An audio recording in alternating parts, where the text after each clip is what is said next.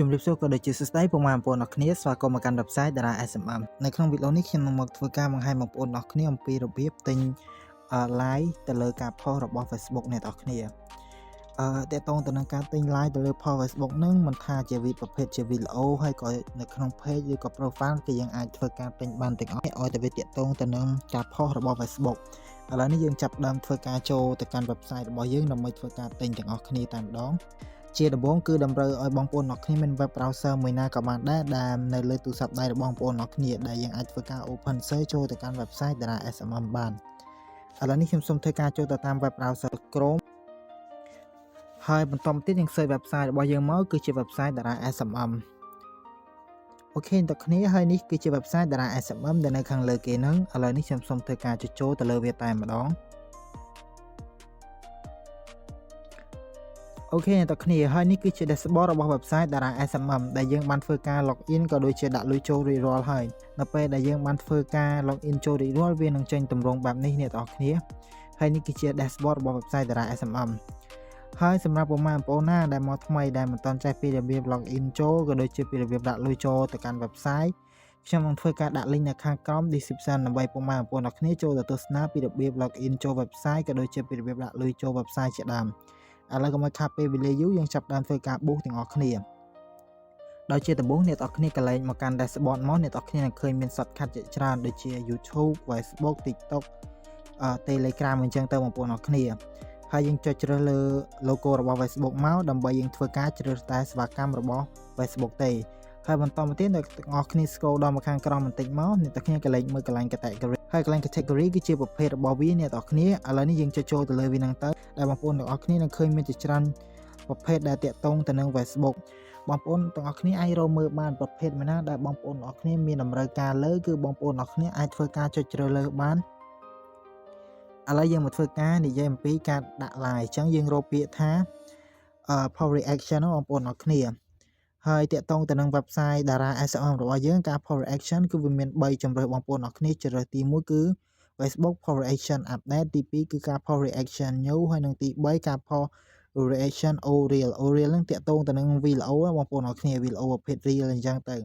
ឡូវនេះខ្ញុំសូមធ្វើការជ្រើសតែម្ដងគឺខ្ញុំសូមធ្វើការជ្រើស Facebook post reaction new នឹងតែម្ដង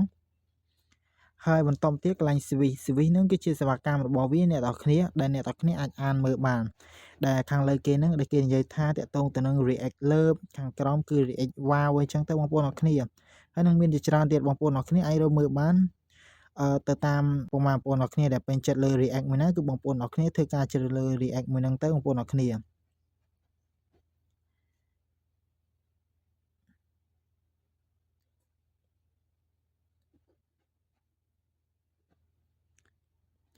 អូខេឥឡូវនេះខ្ញុំសូមធ្វើការជ្រើសរើសសេវាកម្មខាងលើគេតែម្ដងដែលមានលេខ ID ទី301ដែលគេនិយាយថា Facebook post reaction លើបហ្នឹងដែលយើងអាច cancel enable វាបាននៅពេលដែលយើងទិញគឺយើងអាច cancel វាវិញបាន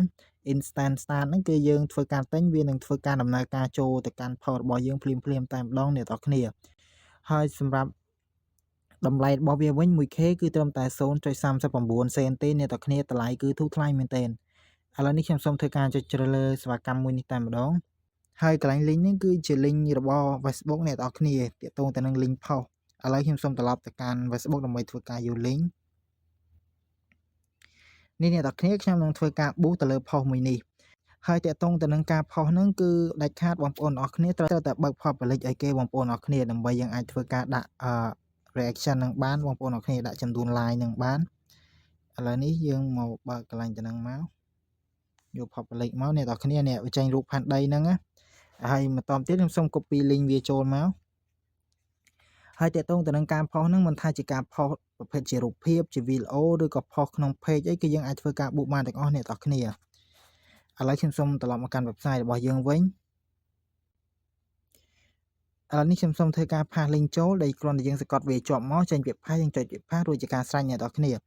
ហើយសម្រាប់កន្លែង quantity នេះគឺជាចំនួនរបស់វាអ្នកនរគ្នាគឺជាចំនួន like ដែលយើងត្រូវធ្វើការដាក់ហ្នឹងសម្រាប់បងប្អូនអរគ្នាដែលមានតម្រូវការប៉ុណ្ណាគឺបងប្អូនអរគ្នាដាក់ចូលប៉ុណ្្នឹងទៅបងប្អូនអរគ្នាឥ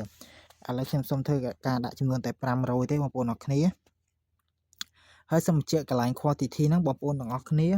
ដល់ពេលដែលបងប្អូនអ្នកគ្នាធ្វើការទិញបងប្អូនទាំងអស់គ្នាគួរតែដាក់វាជាចំនួនកូដចឹងបងប្អូនអ្នកគ្នាដូចជាចំនួន100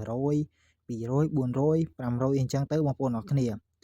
ហើយកន្លែងឆាតហ្នឹងគឺយើងអស់លុយត្រឹមតែ 0.19 សេនទេគឺជាតម្លៃរបស់500ហ្នឹងគឺធូរថ្លៃមែនទេបងប្អូនអ្នកគ្នា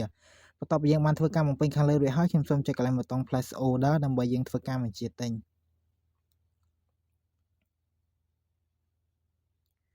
អូខេពេលនេះគឺយើងបានធ្វើការបញ្ជាទិញជោគជ័យហើយនៅពេលដែលបានធ្វើការបញ្ជាទិញជោគជ័យគេនឹងចេញវិក្កយបត្រឲ្យយើងបែបនេះដើម្បីយើងត្រួតពិនិត្យមើលដូចជាលេខ ID service អីអញ្ចឹងទៅហើយ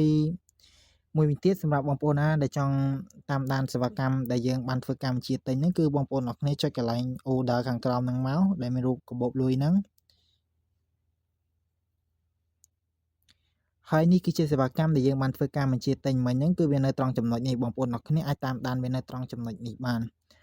អូខេអ្នកគ្នាពេលនេះវីដេអូរបស់ខ្ញុំក៏ដល់ទីបញ្ចប់ហើយបើសិនជាមានចម្ងល់តាណាដែលមិនទាន់ច្បាស់អ្នកនរគ្នាក៏អាចមើលវីដេអូនេះសារឡើងវិញបានអរគុណអ្នកនរគ្នាសម្រាប់ការទស្សនាវីដេអូមួយនេះជួបគ្នាក្នុងវីដេអូក្រោយ